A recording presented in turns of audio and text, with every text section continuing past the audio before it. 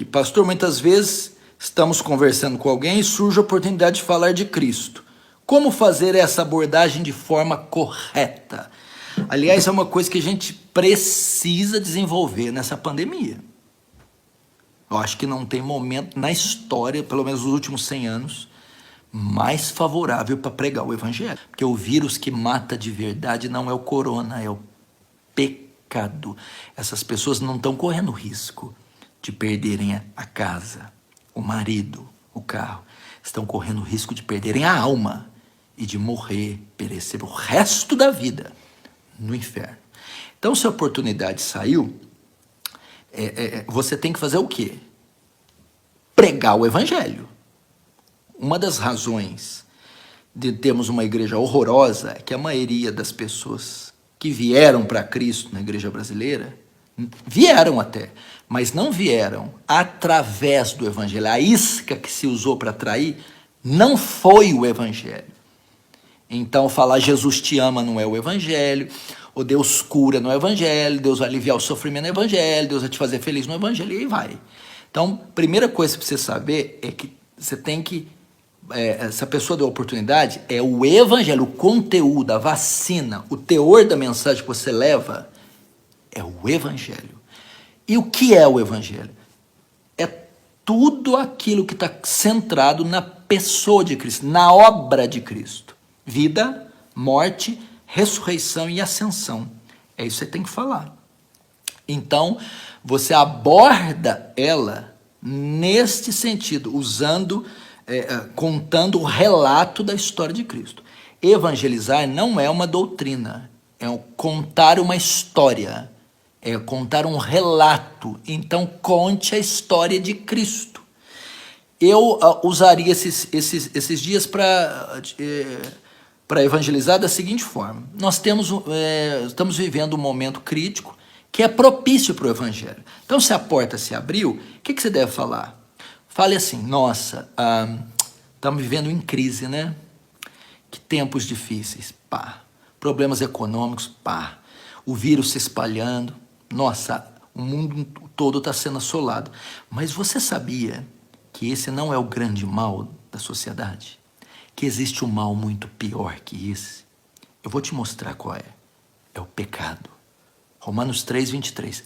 Todos pecaram e destituídos da glória de Deus estão. O que significa pecado?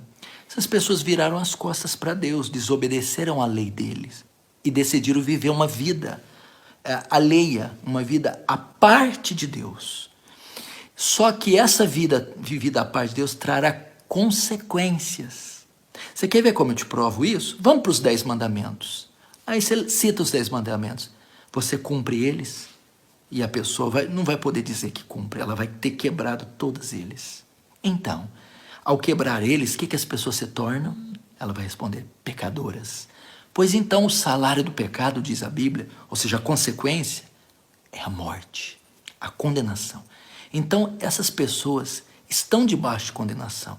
E provavelmente você, que quebrou esta lei também, e ela trará consequências, um julgamento, uma condenação, a estar na eternidade, ou no céu ou no inferno.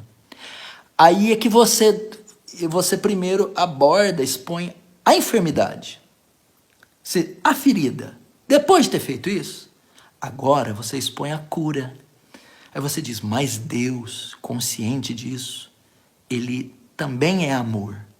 E consciente disso, Ele criou um plano, uma vacina, Ele criou um antídoto para esse pecado, para essa condenação.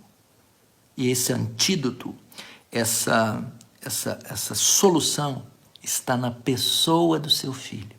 Ele envia o seu filho na terra, se faz homem, que significa carne, ser comum de nós. E na cruz, o que ele faz?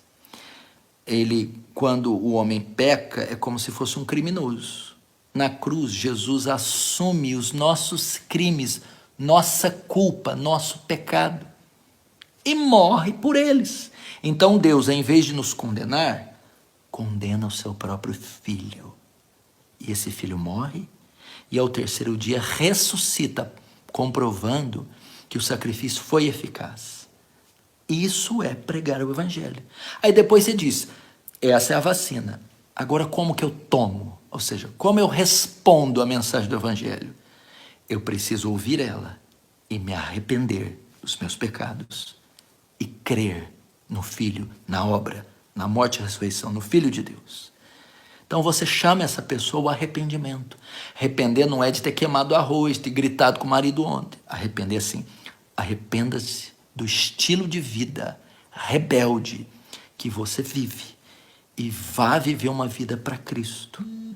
E crer, tire a esperança de ser aceita, amada, salva nas suas obras, em si própria. E descanse no que Cristo fez. Lance sua fé, a fé que é confiança na morte, nos méritos de Cristo. E se essa pessoa responder assim, ela será salva. Então, é assim que prega o evangelho.